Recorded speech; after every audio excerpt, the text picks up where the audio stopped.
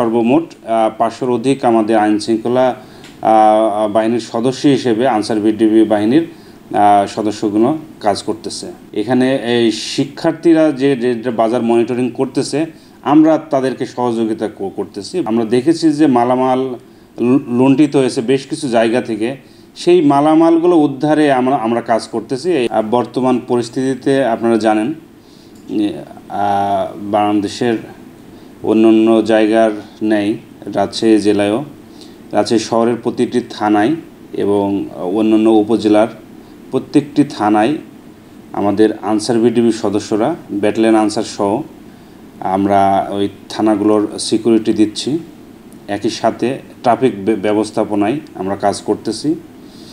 এছাড়া বর্তমান পরিস্থিতিতে কিছু লোক দেখা যাচ্ছে যে চুরি ডাকাতি করার একটা অভিপ্রায় লক্ষ্য করা যাচ্ছে। এইগুলোকে কন্ট্রোল করার জন্য আমরা প্রত্যেকটি এলাকায় আনসার ভিডিপির সদস্যদের সমন্বয়ে একটা কমিটি গঠন করে দিচ্ছি ওই এলাকা কেন্দ্রিক, যাদের কাজ হচ্ছে এই রাতভর পাহারা দেয়া, যাতে কোনো চুরি ডাকাতি এইগুলো না হয়।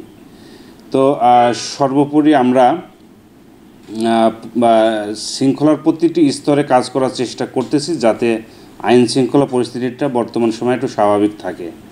এই লক্ষ্যে আমাদের রাজশাহী জেলার 4 শতাধিক আনসার ভিডিপি সদস্য এবং 100-র অধিক আনসার ব্যাটালিয়নের সদস্য কাজ করতেছে।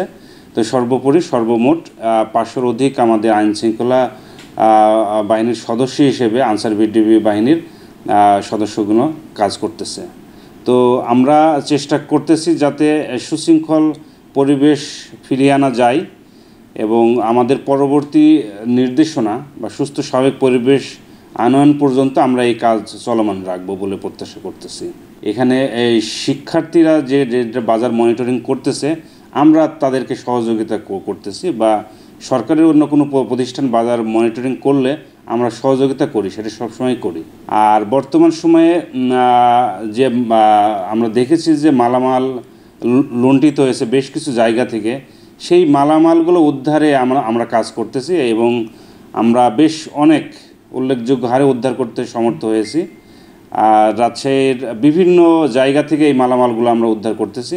আজকেও প্রায় 13টাই জায়গা থেকে আমরা মালামাল উদ্ধার করতেছি এবং সেই মালামালগুলো আমরা সিজার লিস্ট করে, ম্যাজিস্ট্রেট দ্বারা লিস্ট করে আমরা সেটা সংরক্ষণে রাখতেছি।